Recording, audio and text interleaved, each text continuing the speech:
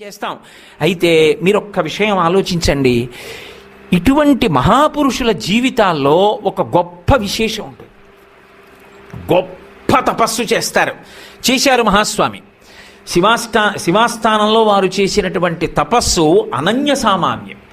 నిజంగా ఇప్పటికీ ఆ శివాస్థానానికి వెళితే వారు తపస్సు చేసిన గది, ఆ చిన్న కిటికీ, అందులో ఉంచేవారు గ్లాస్తో పాలు.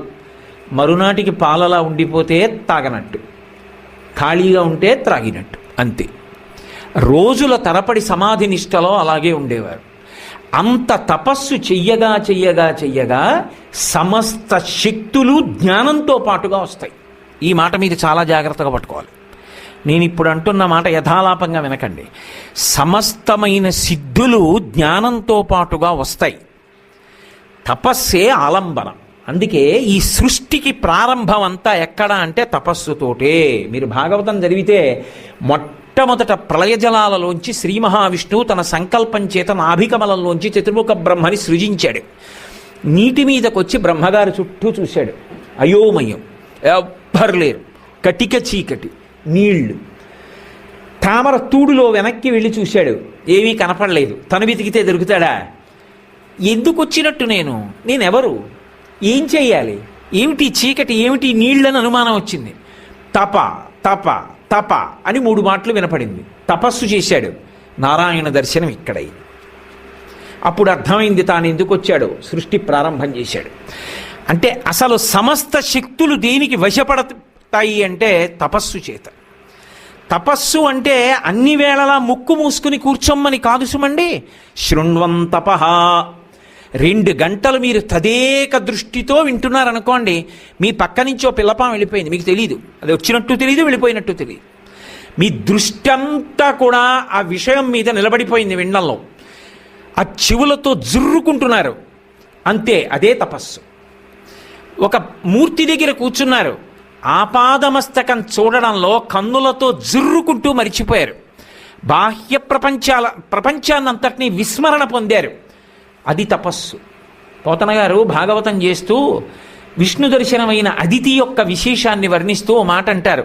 చూపుల శ్రీపతి రూపము నాపోవక త్రావి త్రావి హర్షోద్ధతయై వాపుచ్చి మందమధురాలాపంబుల పొగడెనదితి లక్ష్మీనాథున్ అంటారు.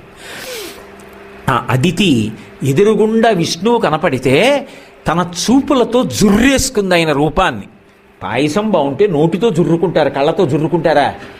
అంటే అటువంటి దివ్యమంగళమూర్తి కనపడినప్పుడు ఒక ఇంద్రియం చెయ్యవలసిన పని వేరొక ఇంద్రియం చేసేసింది.